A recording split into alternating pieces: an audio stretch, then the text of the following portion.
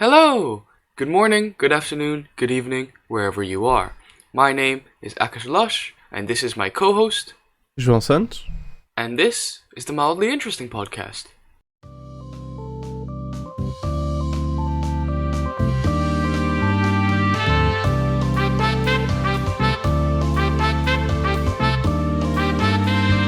Mildly interesting. No, seriously, just mildly interesting. Alright, how are you doing today, Santos? I am doing very good, Akash. How about you? How are you doing? I am doing alright, I suppose. Quite tired, so our first story takes place not too far from here, in the little Republic of Ireland and Northern Ireland. There have been tense negotiations over Brexit talks about how goods should be monitored in between the Republic of Ireland, which is its own country, which is part of the EU, and Northern Ireland, which is a part of the United Kingdom and is now out of the EU. So, the UK and the EU say the latest talks on the Northern Ireland Protocol took place in a quote-unquote cordial atmosphere, with intensified negotiations due sometime next week. So, what the Northern Ireland Protocol is it keeps the Northern Ireland in the EU single market for goods, with EU customs and rules being enforced when they cross from Northern Ireland into the rest of the UK. That means that there is no hard border between Northern Ireland and the Republic of Ireland, which is what everyone has been trying to avoid thus far, but it also ensures that EU law is still being followed when goods are being imported and exported in and out of Ireland, basically. But the UK is seeking fundamental changes to the operations and oversight of the protocol, while the EU has offered limited changes aiming at reducing the effect on Northern Irish businesses. Santos, do you know about the history of Northern Ireland and why there's this huge tiptoeing around wanting a hard border? I can tell you that I'm not well versed in my Irish history and UK history as I would like to. But this is mainly a problem so that the UK and Ireland and, well, everyone involved really wants to avoid sort of dishonoring the Good Friday Agreement. And there's a whole bunch of history going into this.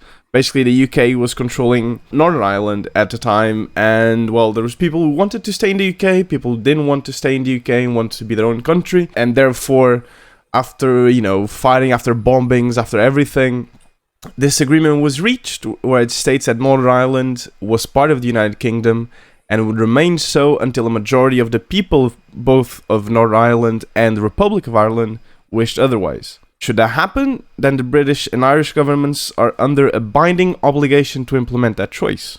Now, as far as diplomacy goes, nothing has really happened since, well, not too much anyway, but the Brexit deal decided to honor that agreement, and basically having goods being controlled at the borders is, so it's like a metaphorical hard border. That's what at least some people think and are trying to say.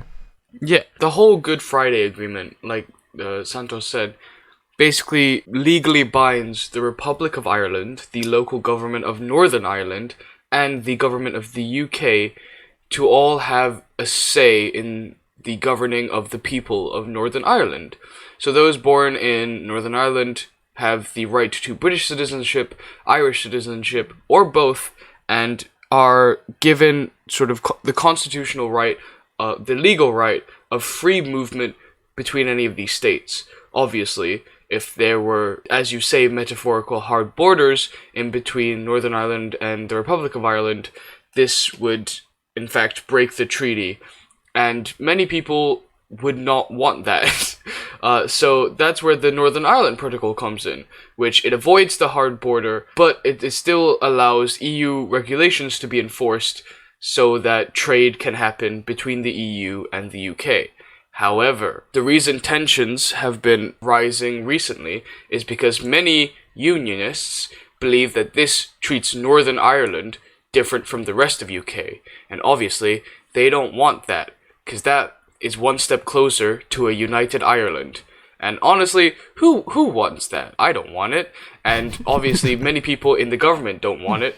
So they want to try and rewrite this deal completely. Have you seen what changes they are asking for? Yeah, so the UK is asking for the EU to get rid of checks and paperwork between Great Britain and Northern Ireland. They want to ensure that goods that remain in Northern Ireland only need to meet British standards. And they want to remove the rule that the European Commission and the European Court of Justice have in overseeing how this protocol works. But this is big changes. They're calling for pretty drastic changes if you think about it. Here's the issue I find with it, is that British people voted for Brexit, so they wanted to leave the EU. But with leaving the EU, you also lose all the benefits of the EU. And at the same time, if you want to trade with them, you still have to listen to their rules. The UK is neighbors, is in Europe. Our closest trading partners is the EU. So if we want to do business with them, we have to listen to their rules. And all the changes that the government's calling for, getting rid of the checks, ensuring that goods in Northern Ireland only need to meet British standards, completely just removing the EUC and the EU Court of Justice, they basically are trying to have their cake and eat it. The EU has proposed sort of reductions in checks on food, reducing the amount of paperwork, reducing customs information, passed legislation to allow trade in medicines between Great Britain and Northern Ireland, and relax the rules on chilled meats, which is a very touchy subject I have found. Apparently, the whole, because the EU has regulations on meat products, especially chilled meat, like sausages, so this has started disputes. I believe they're calling it the sausage wars. It's very specific. It's oddly specific. If you think about it. But what's really interesting to me is that the UK government basically said that the protocol that they agreed to, by the way, was a huge compromise. And okay, maybe it was a huge compromise. But they're now accusing the EU of applying the rules too rigidly. And I don't know how people define rules, but in my opinion, rules are there because they're they're meant to be rigid. So I don't understand what they're saying. If they agreed to it, now they have to respect it. It's a bit hypocritical, to me at least, that you agree to something, and then suddenly you're well, actually this was a huge compromise, and you're taking it too seriously, so we want a new deal that involves everything that we want and nothing that you want. Exactly. So now the UK lead negotiator she has basically said that she is fine with invoking Article 16. And how about you fill us in on what Article 16 is, Akash? Article 16 is quite big talk. Obviously, when you hear invoke Article 16, it sounds scary already. But it is a set of 3 paragraphs in the Northern Ireland Protocol that allows either side to suspend any part of the agreement that causes economic, societal, or environmental difficulties. So it's basically a fail-safe for either side to say, look, this agreement that we've had, this protocol, it's not working for our side, it's causing major damage to us and our people, we're breaking it, basically. That's what Article 16 is. It was supposed to be a fail-safe. However, the new Brexit negotiator, Liz Truss, said that she would trigger it if the UK failed to secure any of the changes that they set out to get. If the UK went down this route, however, the EU said that they would sort of respond with measures that could include imposing tariffs, regulating trade even harsher, and maybe just start another trade war like we saw between the US and China. Which you know what? I think we've heard too much about real wars. I'm really glad that we're going back to just people in suits telling each other, oh no, no, we're gonna make it more expensive for you to do business here. It's a bit daunting though, because Article 16 was supposed to be a failsafe, like you said, but it's just being treated as a bargaining chip at this point. Yeah.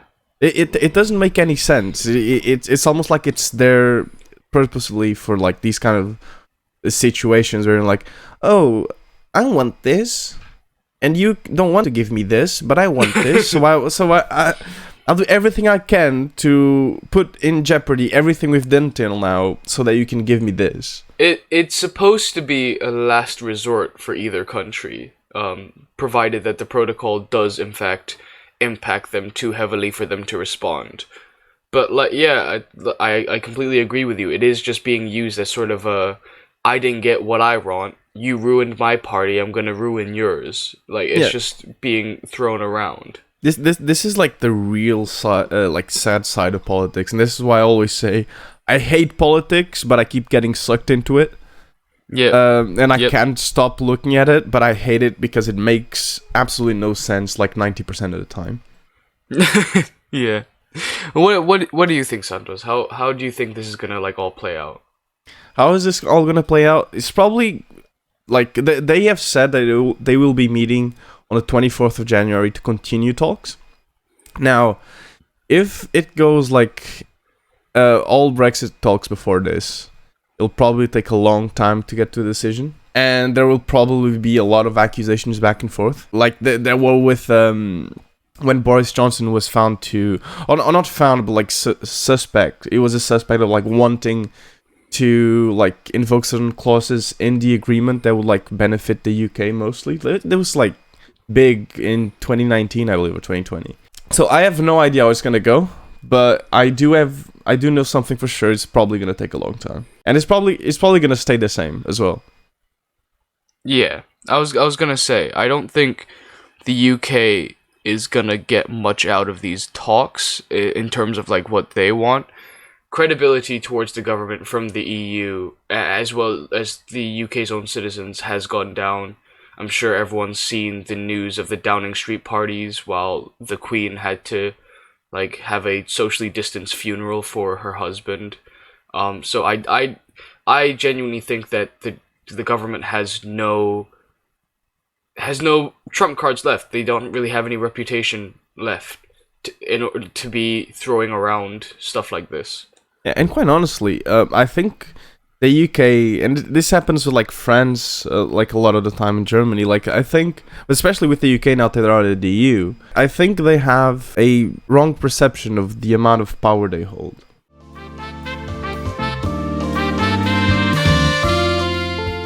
With those hot-headed debates out of the way, the crispy, fresh out the oven geopolitical scandals that we like, we're gonna calm down now with one of my favorite segments. I know I say that about every segment, but it's the return of How Does This Animal Exist? Me and Santos have each brought a dumb animal that we've found to the table to talk about today. Santos, what animal do you have to present today? Alright, so I don't have too much to say about my animal, but what I have to say, I just found it really funny when I was researching. It's the Proboscis Monkey. Okay. Now, if you've ever seen a Proboscis monkey, there's only one thing that you look at. Its nose. Right? Right. It has a very big nose. Oh boy. It goes up to 7 inches long. Jesus. And it is believed that the bigger the nose, the more attractive it looks to females.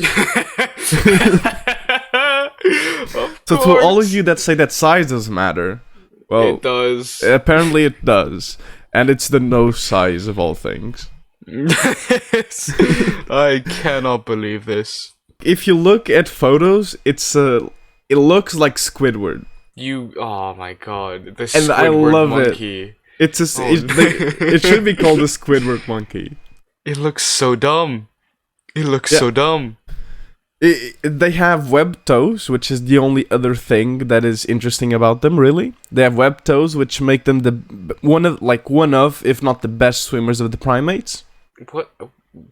Why? So, honestly, I'm not a scientist. I don't know. But the web toes make it so that it's probably like ducks, the way they do it. Or something, okay. I don't know. They use them to escape predators, right? So crocodiles and whatnot. Even though I find it weird that one of their predators is the crocodile, because the crocodile is very good underwater. So that's a bit weird. Yeah, you wouldn't expect a monkey to have to fear a crocodile. But honestly, I don't think they need those web toes. I think they could just, like, float with the nose. that is their life buoy. That is it's their snorkel. What about you, Akash? What's your animal? I have an animal. I really like this one. It's another dumb looking one. Also, surprisingly, one with a big nose. We There don't you plan go. these bits. It's a theme, and we don't even know it. Yeah, today is Nose Day. My animal is called the Goblin Shark. Oh my god, I saw that one. So the Goblin Shark is a rare species of deep-sea shark, sometimes called a living fossil, because it is the only living representative of the Missucurinidae lineage. A lineage about You got it. 120... Yeah, thank you. A lineage of 125 million years old. It is so basically it is basically a living fossil. It is an old, and you can scientists like the way they described this animal is like, you know, when you're trying to explain a person and you're trying to say their bad qualities nicely. Yeah, this animal just old, right? So the thing that stands out about Goblin Shark is it has a elongated flat snout and highly protrusible jaws containing nail teeth. So you see it has like this big ass long pointy nose. And the nose actually has, I can't even say that word, but it has like little like enzymes on the end of it, which helps it sense like electrical fields produced by nearby prey. And its jaws, which by the way are like, you know, like you have the horn looking nose like sticking out, and you have its jaw, but apparently its jaw can like extend as far as the snout extends, which is How does just that work? which is just like, what? It's ridiculous. Although observations of living goblin sharks are pretty rare because they're deep-sea animals, its anatomy suggests its lifestyle is inactive and sluggish. Its skeleton is reduced and poorly calcified, the muscle blocks along its spines are weakly developed, and its fins are soft and small. So literally everything about this animal is kind of useless, which is amazing. He's a bad shark. Yeah, it's a bad we don't know how long it's... We don't understand how it's lived this long. I love that he's like, you said he's a sluggish deep sea shark. He's just an antisocial shark. He just doesn't like other people. He just doesn't want to go out and do shark things. He's a shark that doesn't get invited to parties. No, small numbers of goblin sharks are unintentionally caught by deep water fisheries. So they're so slow, they just are accidentally caught by fishermen, and fishermen are like, what the fuck is this? I wanted some trout, what is this? Here's the best part about it, it's fucking everywhere. The International Union for Conservation of Nature has assessed it as the least concern because despite its rarity, it has a wide distribution. It's been caught in all three major oceans. It's been recorded off the Gulf of Mexico, Suriname, French Guiana, and Brazil, as well as France and Portugal and Senegal. It's also been collected from the coast of South Africa, Mozambique, as well as Japan, Taiwan, Australia, and New Zealand. That shark's Mr. Worldwide. It is literally, it is slow as fuck, it's goofy as all hell, but somehow it's like just, it's everywhere.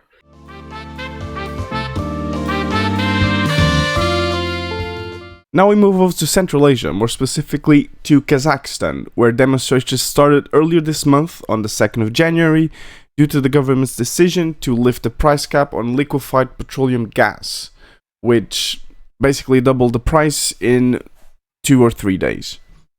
Now, it's important to note that liquefied petroleum gas is used en masse in Kazakhstan. Above 80% of people use it regularly, which means that demand, coupled with the inflation rates of Kazakhstan, which are now above 8%, that means that the prices just shot up like never seen before.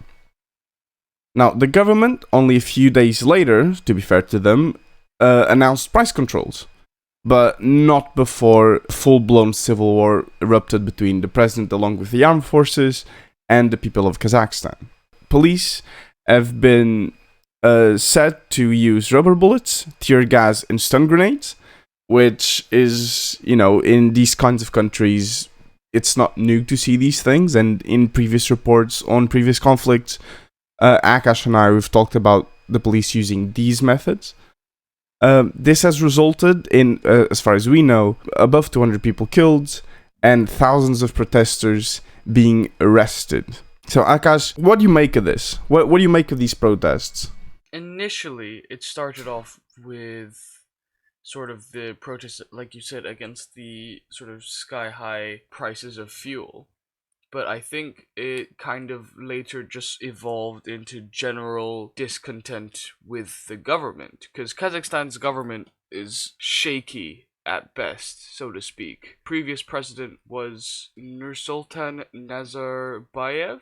He was the country's president from its founding in 1991 until 2019, and then he handpicked Tokayev, the current president, as his successor. I don't know much about presidents, but I don't think the word handpicked is supposed to be used. There is no real democracy in Kazakhstan, it seems like. The people don't really have a say. Tensions have just been building up between the people and the government, and this fuel price hike is just the last straw. Have you seen the accusations that these protests were hijacked by treasoners? Yeah, I was just about to mention that, actually. What do you make of this? Do you think it was actually just like terrorist, like extremist groups within the country that joined the protests that were, otherwise somewhat peaceful at first? Do you really think that's what happened? I mean, given the history of Kazakhstan's government for suppressing voices, I do not think so. I don't trust them. So Tokayev has actually accused sources who are close to Nursultan, the previous president. He accused them of trying to get power for themselves. Karim Masimov, head of the security forces and a former prime minister under the former president, was arrested on treason charges and accused of trying to seize power, along with two of his deputies, and no one has heard from him since the protests have begun. More ministers have come forward and blamed reactionary and conservative forces from the Nazarbayev clan for stoking the unrest.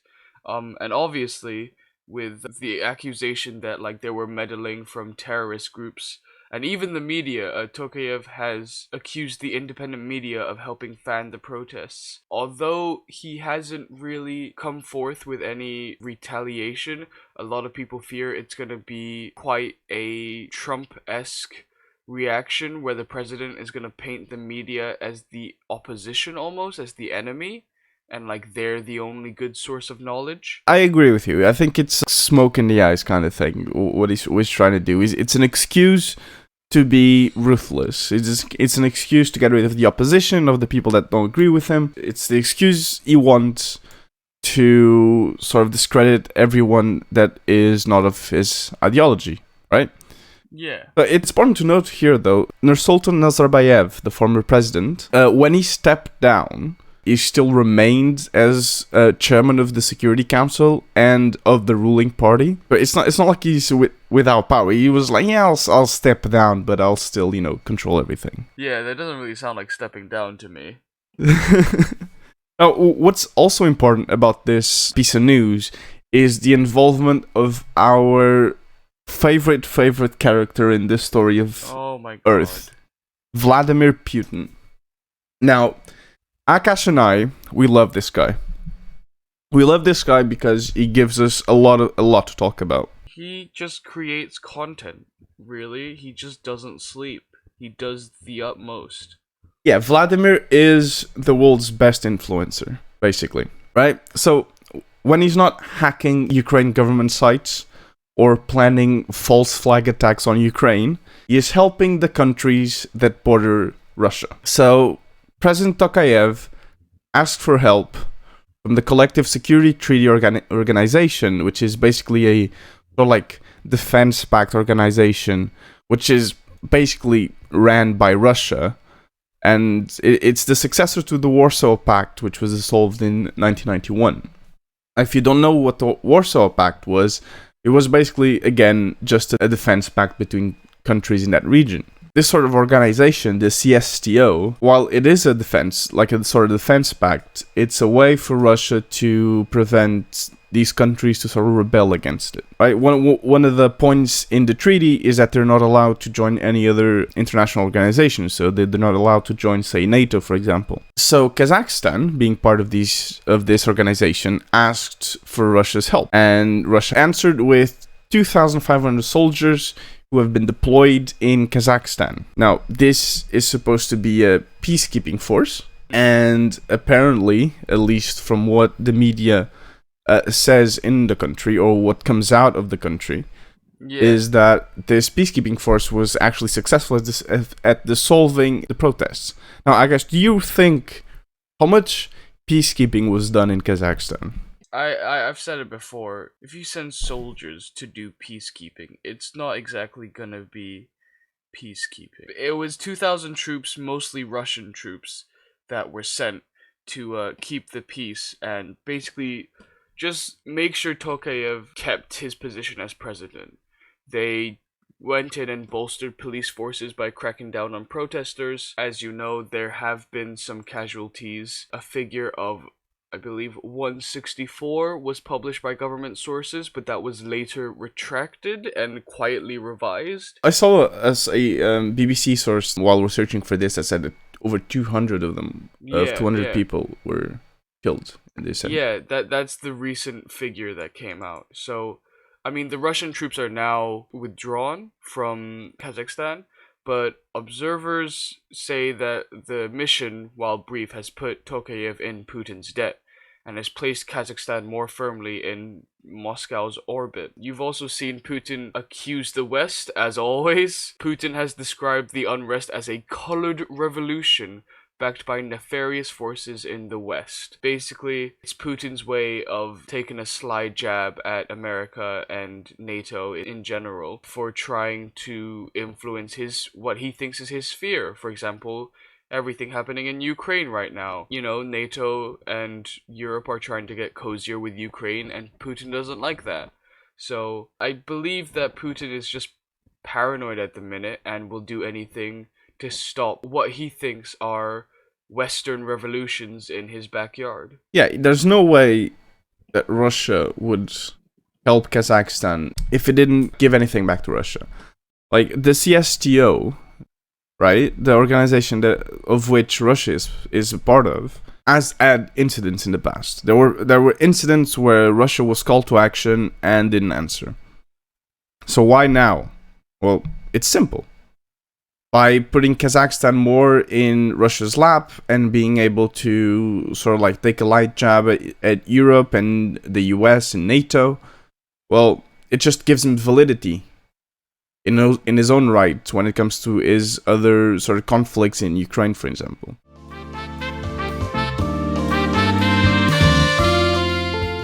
And now, after we've talked about Putin's conspiracy theories about Europe, Ukraine, Kazakhstan, it's time for very, very, very first segment of Conspiracy of the Week. And I can't lie, I'm really excited for this one. This is one that I pushed for, and I basically dragged Akash into. So, why don't you start us off, Akash? What's your conspiracy theory of the week? My conspiracy theory of the week is, I don't know if you know this one. Apparently it's a popular one. I've never heard about it before. So, when I say the Beatles, right? When I say the Beatles, Santos, what comes into your head? Cocaine, music. Wow, okay, cool. Right off the bat. But there is a conspiracy theory that Paul McCartney has been dead since 1966. So Paul McCartney is one of the members of the Beatles.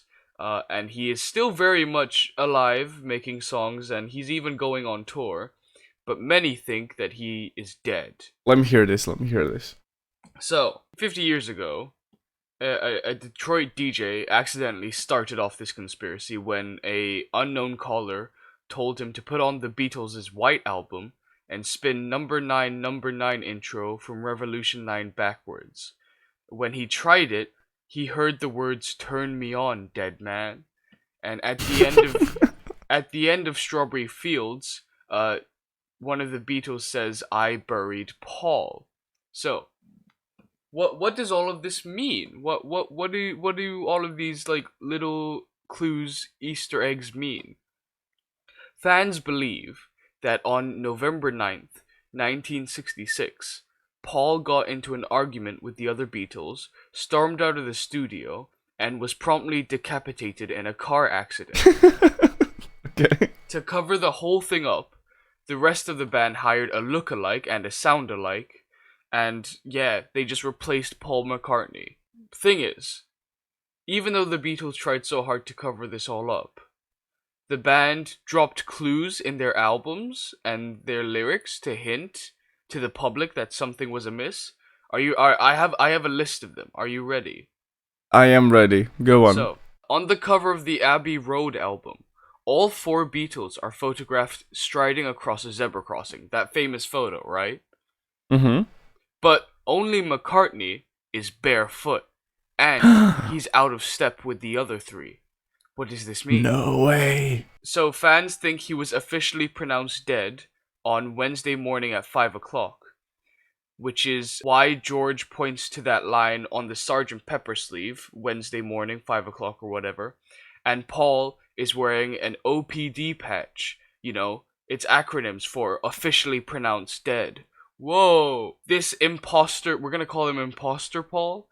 Imposter Paul was the one who wrote Hey Jude and Blackbird, which is why they sound quite different from other Beatles songs. Also in the Abbey Road cover, Paul holds a cigarette in the right hand, but he was left-handed.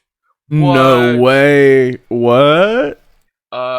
Also on that same album cover, the Volkswagen in that album cover had a license plate that read 28IF, so 28 if, which fans said is how old Paul would be if he had still been alive. What? Yeah, no way, dude. These are stretches. Trust me. That's the whole conspiracy theory. It's just like little clues in albums and lyrics that people believe Paul is dead. This got so popular that Paul McCartney actually got wind of it. In an interview with the Rolling Stone in 1974, he said that someone from the office rang me up and said, "Look, Paul, you're dead." And I said, "Oh, I don't agree with that." And that's all he said about the conspiracy. I don't think so. I mean, I can move pretty alright. It's funny though. It's really funny. One of the things is that I believe that the band probably dropped nuggets like that. Just because, like, if you hear about these things, you know what I mean? Yeah. You just kind of roll with it. It just brings you. It's just funny, I guess. I would do it. Right. It's just like, what if we made a gag that Paul's dead? That's funny. Exactly. It's just funny, isn't it? Oh like I would be willing to bet that they like they did it. It was like they probably got really high. Like, hey dude, it's gonna be funny. Well, like this all started from a DJ. You said, yeah. What are the chances that he just like misheard it? Oh, 100%. He probably did. I don't think this Detroit DJ fucking meant to start like rock and roll's most infamous conspiracy, like the whole Paul McCartney is dead conspiracy. I love it. Are you ready for my conspiracy theory, Akash? Yes, I am. Now, mine doesn't have a lot of details like yours. It's a fairly short conspiracy theory, but it's a grand conspiracy theory. Okay. So, 3 words. Finland Right. Yeah. doesn't exist. Shit. Right. So, Okay. the Finnish, fake. Right? Okay. So, basically, what holds this conspiracy theory up is a belief that Russia, obviously, Okay. and Japan, during the Cold War or after the Cold War, spread the lie that there was a landmass between the Soviet Union and Sweden. Now, why would they do this? Why do you think, they would do this? So, my best guess, Finland, right? Because, like, it was that whole, like, Iron Curtain thing, right? You had, like, the Eastern European states under Soviet rule, and then you had the Western ones, which were more, like, democratic, right? And then Right, you okay. had the Scandinavians kind of just doing their own thing. Right. But, like, Sweden and Norway, I assume Norway still exists in this conspiracy theory. Oh, it still exists. Yeah, it's still there. Yes. So I assume, but Sweden and Norway are good friends with Denmark. So Russia was scared that they would join NATO. So Mm-hmm. Russia and Japan made up Finland as a like, oh, there's a country here, you can't cross into me, there's other borders. Right. So the real reason, apparently, that they invented this landmass was because they needed, of all things, to fish. What? Okay. Okay. So Japan and Russia would use that, well, apparently sea that is believed to be Finland to fish. Now, I don't mean to sort of like discourage people of this conspiracy theory. Right. But you'd think that the biggest country in the world would have no problems having sea to fish, Yeah. first of all. And you'd also think that a island nation that is fully covered with sea would have plenty of fish, right? Now, Yes. I don't mean to discourage you from this conspiracy theory, but I don't think that a sea mass the size of Finland would be that much of a difference. I just don't where did this come from? Why did, I've heard of like the Australia not existing conspiracy because that's like flat earthers trying to justify themselves. But Finland? This started apparently, like many others do, on Reddit, Oh, of course. right? So apparently someone somewhere has a family where they just are hard believers that Finland just doesn't exist. Huh. And he decided to share those thoughts on Reddit, and then people just started making fun of it, as people do. And as people were making fun of it, other people started to believe it, Oh, basically. oh god, no. So, are the people in Finland fake? No, is the answer. They honestly believe they're in Finland, but they actually live in Russia and Sweden. So every time you catch a flight to go to Finland, you're either redirected to Russia or Sweden. Now, they don't speak the same language, but that's just acting. Paid actors. Okay. Okay. So the whole of Finland is just a Hollywood set split between Sweden and Russia. Yeah. Why would Sweden go along with this? Considering they're not fishing, that remains a mystery. Why would other countries go along with this? Again, a mystery. It's the deep state. I'm so confused. This conspiracy is dumb, and you should all be ashamed of yourself. I love this one. This is one of my personal favorites.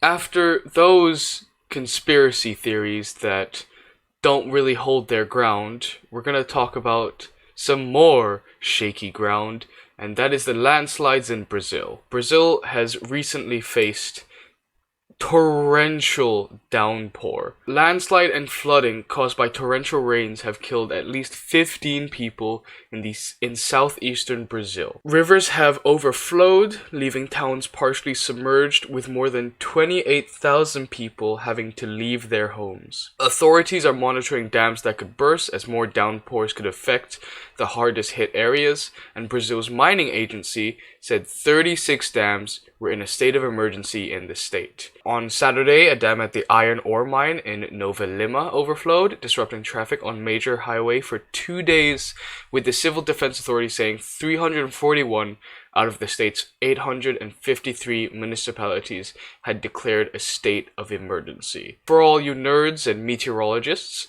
the rainfall was about 241.7 millimeters, or 9.5 inches. This all happened within the span of 72 hours.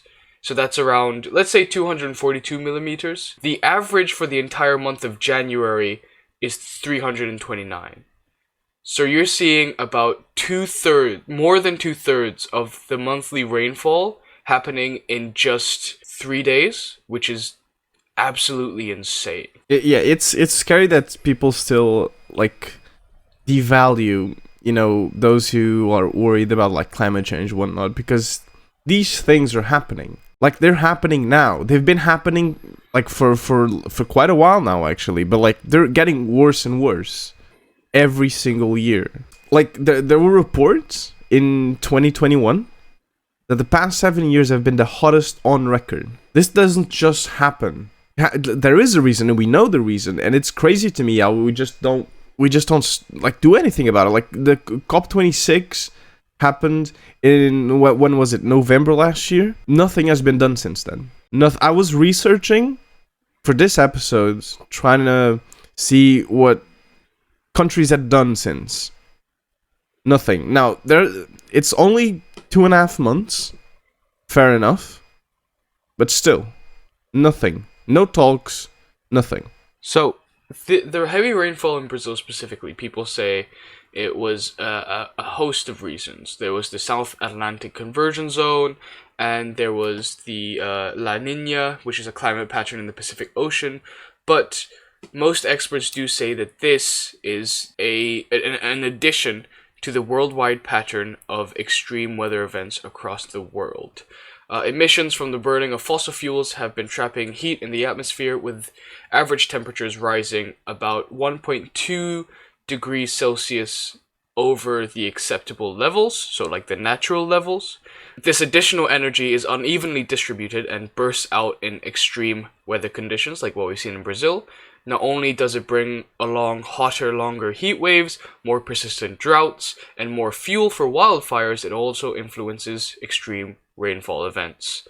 You don't have to be a scientist to understand. It's just hot weather creates moisture and water vapor in the air, which turns into droplets to create rain.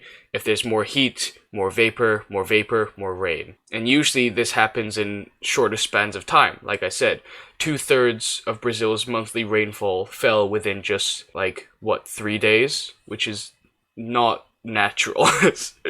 It's not, and you know what's worse about this? How much do you want to bet right now that Brazil's not going to do anything about it?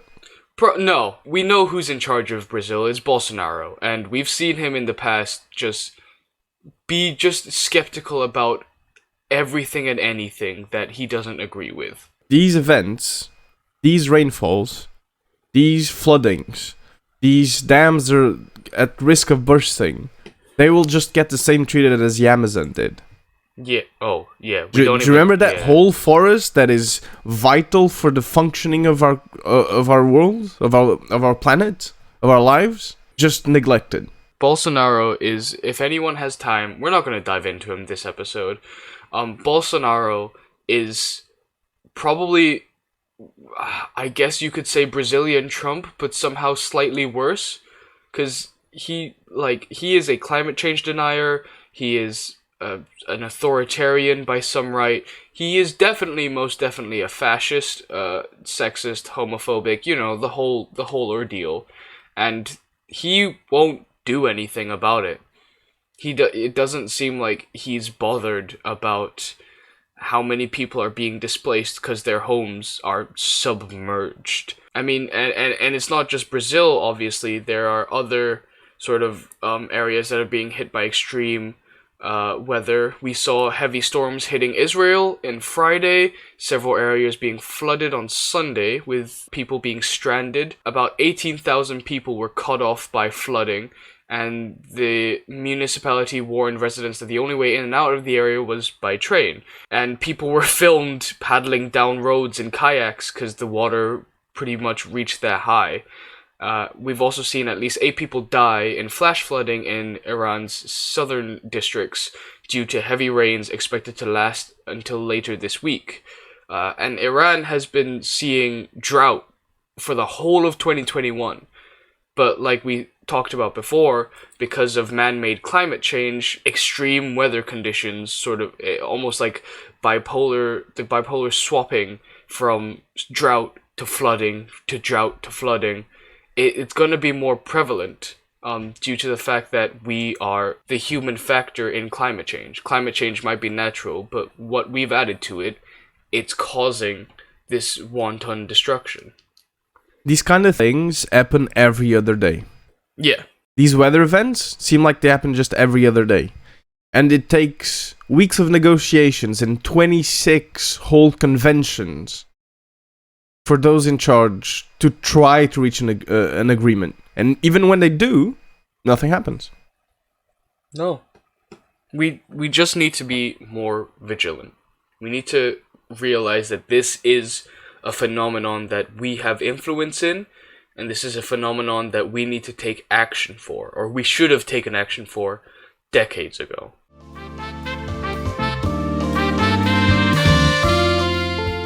And with that, we hope you enjoyed this episode of the Mildly Interesting podcast. Hopefully to you, it was mildly interesting. If you did enjoy it, let us know.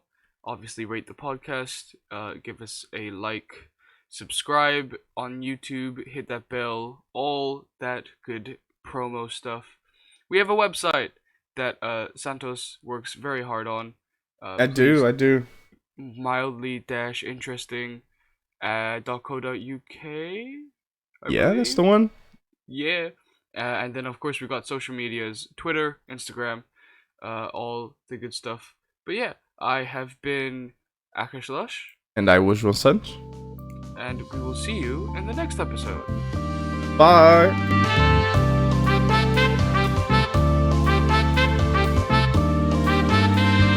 Mildly interesting. No, seriously, just mildly interesting.